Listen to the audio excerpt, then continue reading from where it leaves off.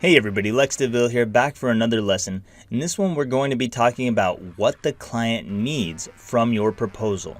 So, when it comes to proposal writing, when a client opens your proposal, they're going to see it in this list. They see it in a list, and it's in a list with a bunch of other people, and Upwork's kind of got these different algorithms that helps them make a choice. They say, this person is a good fit for you, this person is a good fit for you, these are the best matches for you.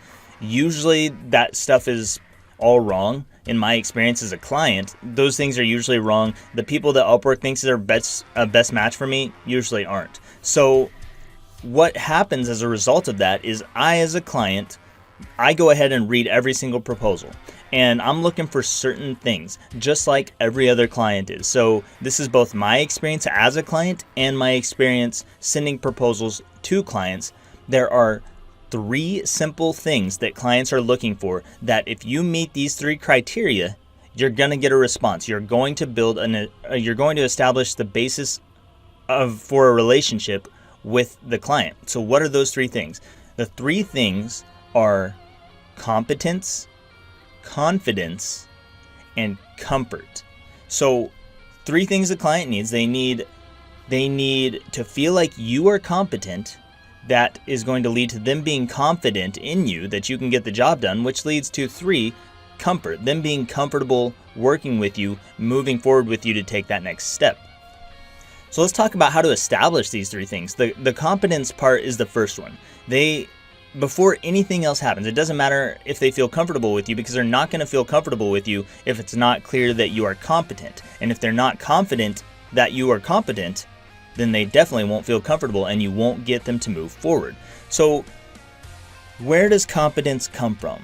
Well, it starts with you focus, which we'll talk about in the next lesson. It's going to be a big part you focus. It's going to be a huge part you being someone who is drilled down within their niche, understanding their industry. But competence is going to show through your proposal in the words that you write. So all of these proposals who start with something like, I have worked with X company for 8 years and I have a bachelor's degree in blah de blah, whenever they're trying to apply for a web design job, that doesn't show me that you're competent. If you start talking about your work history at McDonald's or your degree in, health and fitness, and you're applying for a web design job, obviously those things aren't going to make me feel competent or feel like you are a competent person who can get the job done. So I'm not going to be confident in you because I haven't seen any demonstration or any signs of anything that lets me know that you can actually do this job. So the first part of competence is going to be you showing that you understand their needs. That's number 1, showing that you understand the job. You have to understand the job. If you don't understand the job, you can't be competent in that job. You have to understand it. And the way you do that is going to be by repeating some of the job stuff back to the client. You're just kind of feeding it back to them. If they say, I need a WordPress web designer to build me a 1-page website, you might say, you need a WordPress web designer to build you a 1-page website. You've literally fed them back their exact words, and you've changed one word. They said I, you said you, and you made it focused on them, right? Something as small as that can show competence. The other part of competence is going to be maybe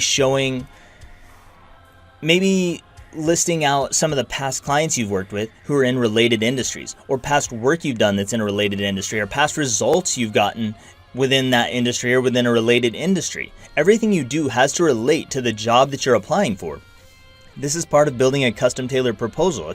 You're really not even sending a proposal, you're sending custom tailored solutions. That's what it comes down to. And whenever you start showing past clients you've worked with or past results you've gotten in that industry, that is going to help you prove your competence. But if you don't have those things because you are new to Upwork or you're new to this whole freelance thing, then it's enough to at least repeat back what the client needs based on, what they said they need. Just feed it back to them. And then we'll get into some different tactics and stuff later on that's going to help you out further, such as asking questions, clarifying questions, so that you get them to expand on what they need. They're still going to feel like you are competent. So if you use YouFocus, if you feed back their own words to them, and if you ask questions, they're going to feel like you are a competent person. So it's not always about whether you have experience in the gig or the job that they need done, let me put it this way. Competence isn't defined by what you've done in the past. Competence is defined by if the client feels like you are someone who can get this job done. So it doesn't matter what you've done in the past. It doesn't matter if you've never done this. I picked up a web design client recently, and I've never built... No, I take that back. I built one website for a client, and that project, I don't even remember how that project, it's been years ago. So I don't have that as a reference. I don't know what the client did with that website. I didn't use it to sell a new website, but I sold one the other day, a couple weeks ago, and I didn't have any proof to back up what I had done. They came to me for copywriting. We started talking about websites, and then I started asking them questions about what they wanted, where they were going, what they needed, and soon enough, I sold an $8,000 website. And the reason that was possible without any portfolio of web design is because I kept it focused on them. I repeated back and fed back what they needed, and then I asked them questions to show that I was waiting. I would get answers from them, and then we would move forward one step at a time, and I was competent enough to get the job done. So they gave me that job, and that's how it works. Why? Because once they feel competent, they feel you are competent, then that gives them confidence that you can actually do this thing. And the more confidence they have, the more they're going to start to relax and feel comfortable with you. So all of these proposals people write, where they're either writing a template or they're trying to use sales copy to sell this person, direct sales copy, it doesn't work because the client doesn't feel like you've addressed their needs. They don't feel you're competent, therefore they don't feel confident in you, and that leads them to feel uncomfortable moving forward with you. They don't even want to interview you. They don't want to talk to you. They don't want to see anything else from you, because if you can't at least demonstrate in the basic sense that you are a competent freelancer, then they have no confidence in you, and therefore they're not going to feel comfortable with you, which is going to lead to them not hiring you or not interviewing you.